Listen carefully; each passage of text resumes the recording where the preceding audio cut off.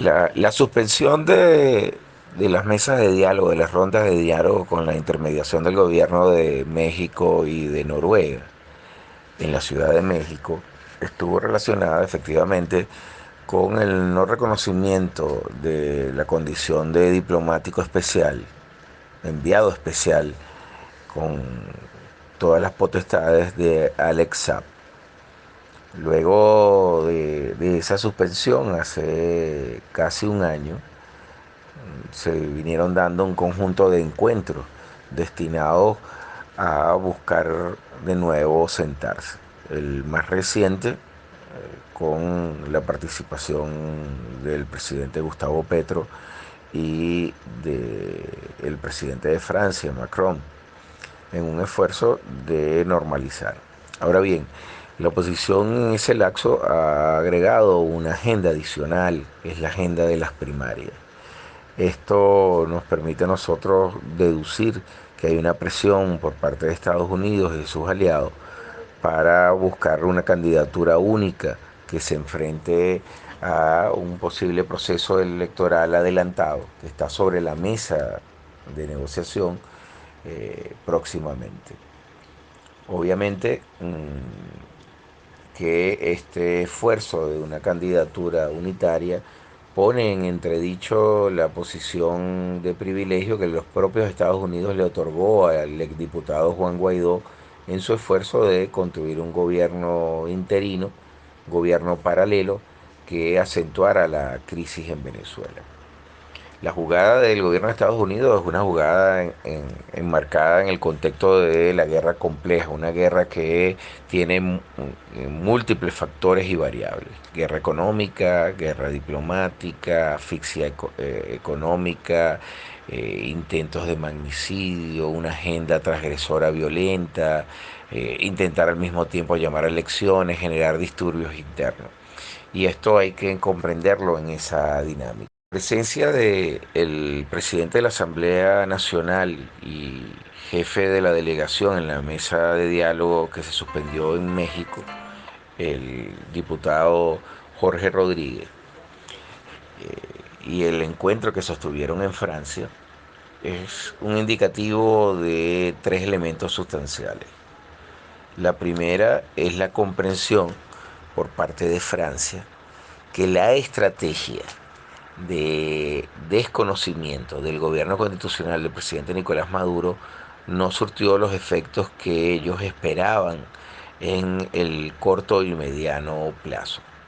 En mi criterio fue una jugada diplomática que forma parte de esta guerra compleja desde el enfoque de una asfixia diplomática, de un cerco diplomático, una jugada errada de Francia, quien nunca equilibró adecuadamente la posibilidad de que el gobierno del presidente constitucional Nicolás Maduro resistiera, como efectivamente lo hizo, todas las acciones en su contra. En segundo lugar, tiene que ver con el, el conflicto entre Ucrania y Rusia y cómo esto ha afectado a los mercados energéticos. La proximidad de un invierno sumamente duro y la certeza que tiene Francia de no disponer de suficiente gas y combustible para ayudar a la calefacción de sus ciudadanos le genera una preocupación y en esa preocupación Venezuela se transforma entonces en una opción importante de posibilidad de adquisición de petróleo como fuente de energética. Es decir, estamos hablando que ese encuentro en Francia tiene un componente geopolítico importante. Y en tercer lugar, y no porque esto sea menos importante, al nombrarlo de último, creo que la posición de Macron busca de alguna manera restituir los errores que la diplomacia francesa cometió y restablecer unas relaciones comerciales de inversión recíproca, sobre todo de Francia en Venezuela, en el tema mismo energético. En el tema energético. No podemos olvidar que la ELF, que es la estatal francesa dedicada al tema energético, tiene intereses en la franja petrolífera del Orinoco, Hugo Chávez, Y obviamente está viendo cómo, ante las posiciones erradas, insisto, de Francia, se han venido otorgando nuevas concesiones a Rusia y a China y a India y a otros países. Por lo tanto, es una jugada geopolítica. Por supuesto que es contradictorio y forma parte de esa guerra compleja. La guerra compleja tiene la característica que no es una guerra lineal, es decir, no es una guerra que sea constantemente de ofensiva, sino que hay momentos latentes y momentos en los cuales vuelve a actuar, o momentos en los cuales, como este, se busca plantear un diálogo, pero al mismo tiempo se genera presión. Como sea, la guerra compleja, la estrategia de guerra compleja, busca por múltiples aristas y variables doblegar al país objetivo, en este caso Venezuela.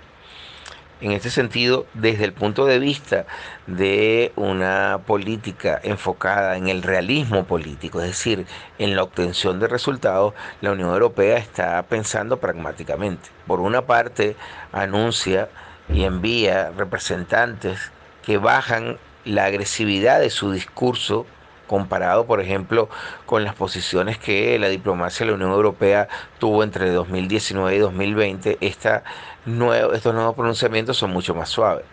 Pero al mismo tiempo que hace eso, de nuevo ratifica las presiones, las sanciones unilaterales, las medidas coercitivas unilaterales, buscando de esa manera presionar a Venezuela en términos del escenario de la negociación.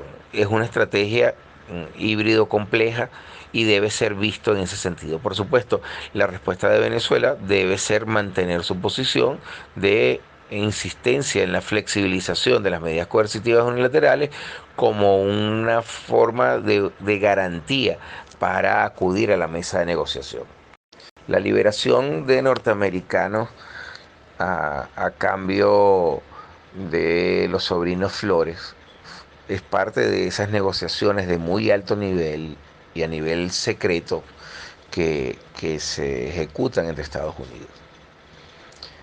A veces, por la misma naturaleza de los medios, se cree que la relación Estados Unidos-Venezuela es absolutamente conflictiva, que no hay ningún tipo de contacto. No. Una de las características de este proceso, de esto que denominamos en ciencias políticas paz inestable, es que es como un electrocardiograma. En algunos momentos la conflictividad se hace muy evidente, en otros no. Las negociaciones que produjeron la entrega de personas, entre esas cuatro norteamericanas, a cambio de los sobrinos, tiene que ver con ese tipo de negociación. Una negociación al más estricto nivel, con la mayor, con el mayor cuidado, produjo eso. Con Alex Sack muy seguramente suceda lo mismo. Todavía quedan unos norteamericanos señalados de ser agentes de la CIA. Debe recordarse que cuando en mayo del 2019 ocurrió el intento de invasión por Choroní, se detuvieron unos norteamericanos. Esos norteamericanos están señalados de ser agentes de la CIA, agentes mercenarios, y es posible que se esté dando una negociación a muy alto nivel para producir un intercambio, como sucede reiteradamente en otras ocasiones, ¿no? En este caso es muy plausible esa situación porque obviamente es un problema de seguridad nacional para los Estados Unidos que Venezuela tenga bajo su control a mercenarios norteamericanos que deben haber sido sin lugar a dudas contactados a través de operaciones encubiertas de la CIA o de algún organismo del Departamento de Guerra de Estados Unidos. El escenario electoral es parte de la negociación.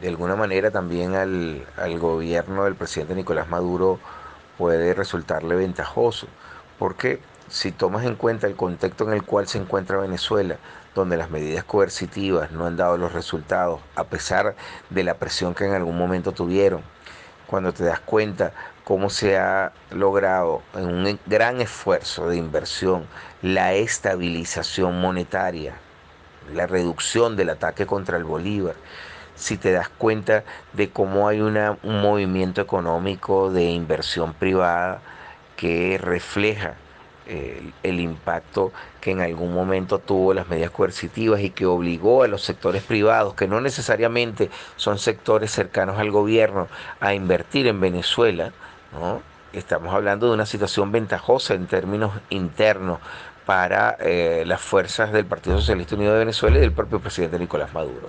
Esto muestra el éxito de una política heterodoxa en términos económicos, esto muestra el éxito en la articulación de una política de defensa integral que fuera capaz de resistir la asfixia derivada de las medidas coercitivas unilaterales. Esto muestra el éxito en la organización político-electoral del Partido Socialista Unido de Venezuela, aprovechando las múltiples divisiones que tiene la oposición venezolana. En ese contexto, por supuesto, en una jugada estratégica, el gobierno pudiera, como parte de el reencuentro en la mesa de negociaciones, ir a un proceso total electoral en donde tendría la ventaja. Yo creo que esto es indiscutible. Por eso la oposición está poniendo en agenda el tema de las elecciones.